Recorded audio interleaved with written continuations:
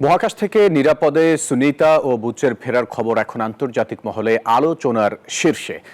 ৮ দিনের সফর কিভাবে পৌঁছালো ৯ মাসে, এ নিয়েও জনমনে ডালপালা মেলেছে। বিশ্লেষকদের ধারণা, মহাকাশে পৃথিবীর কক্ষপথে মধ্যাকর্ষণের কোনো অস্তিত্ব না থাকায় এর প্রভাব কিছুটা হলেও পড়বে তাদের উপর।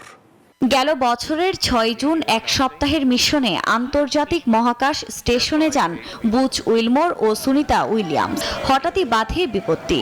বোয়িংয়ের ক্যাপসুলে স্টারলাইনারে ত্রুটি দেখা দিলে সেখানে আটকে পড়েন তারা।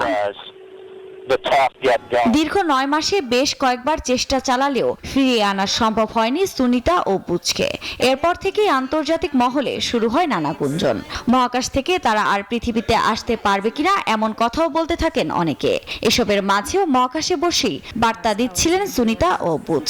সে সময় নিজেদের অভিজ্ঞতা শেয়ার করতে গিয়ে সুনিতা বলেন, এই অনন্য দৃশ্য তাদের পৃথিবী সম্পর্কে নতুনভাবে ভাবতে শিখিয়েছে, ভিন্নভাবে চিন্তা করতে শেখায়। পৃথিবী একটাই, এটা রক্ষা করা উচিত বলেও জানান তিনি।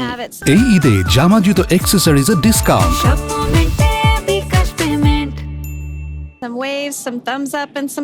তবে ৯ মাসে ১৫০টি বিষয়ের গবেষণার পর সব জল্পনা কল্পনার অবসান ঘটিয়ে অবশেষে সফলভাবে পৃথিবীতে ফিরেছেন সুনিতা ও বুচ।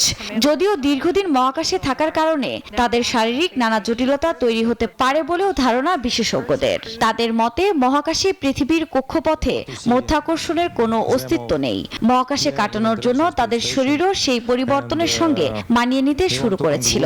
তবে আবার পৃথিবীতে ফেরার পর মধ্যাকর্ষণের সঙ্গে মানিয়ে নেওয়াই এখন বড় চ্যালেঞ্জ। এদিকে সুনিতাকে ভারতে আমন্ত্রণ জানিয়েছেন প্রধানমন্ত্রী নরেন্দ্র মোদী। শিগগিরই তিনি ভারতে আসবেন বলেও জানান সুনিতার পরিবার। আফরিন মৌ, নিউজ 24।